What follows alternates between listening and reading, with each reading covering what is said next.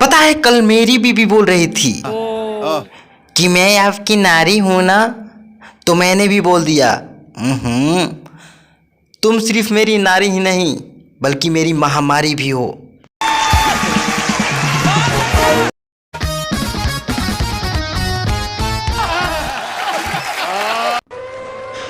तो कैसे हैं आप सब? पता है मैं बिहार से चलकर आया हूं और सबसे पहले यहाँ पे बैठी सुंदर सुंदर कन्याओं को प्रणाम करता हूं। नारियों को हमेशा सम्मान करना चाहिए क्योंकि ये नारियां जो होती है वो देवी होती है। पता है कन्याओं में 9 देवियों का गुण होता है, लेकिन शादी के बाद कौन सा देवी उत्पन्न होगी ये नहीं बताया जा सकता। ये नारियां जो होती है बहुत बुद्धिमान होती है, बहुत बुद्धि होता है इन लोगों के पास, लेकिन कहाँ होता है बुद्धि ये खुद इन लोगों को मालूम नहीं चल पाता।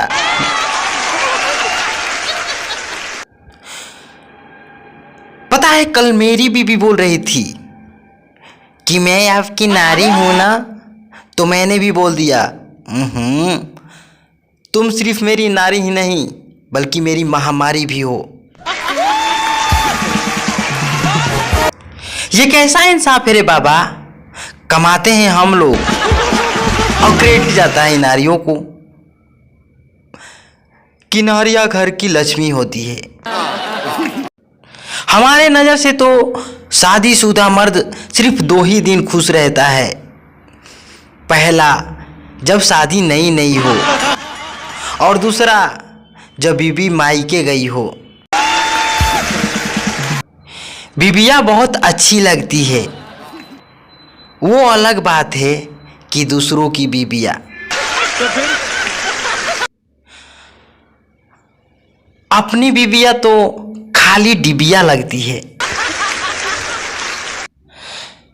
लोग कहते हैं जहां धोखा मिली हो वहां नहीं जाना चाहिए, लेकिन क्या करें ससुराल तो जाना ही पड़ता है।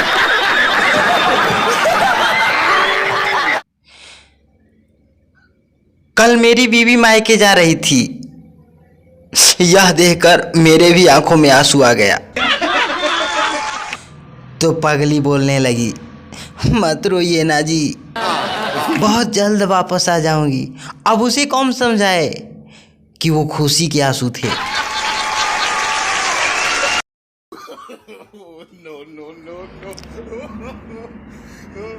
और पता है जब वो मायके चली गई तो मैं बोतल लाने चला गया और मारा, इतना मारा कि सुबह जब उठा तो पूरा बिस्तर गीला गीला हो गया था।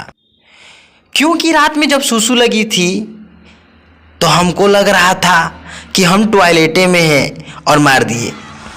और कमबख्त सुबह होते होते बीबी हाजिर हो गई होती है। आई और बोलने लगी ये क्या, तुम्हारी बिस्तर कैसे भीजी है? तो मैंने भी बोल दिया कि तुम मुझे छोड़कर कभी मत जाना, क्योंकि तुम्हारी जुदाई मुझसे बर्दाश्त नहीं होती।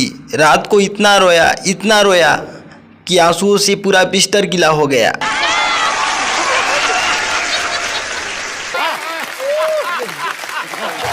सही है।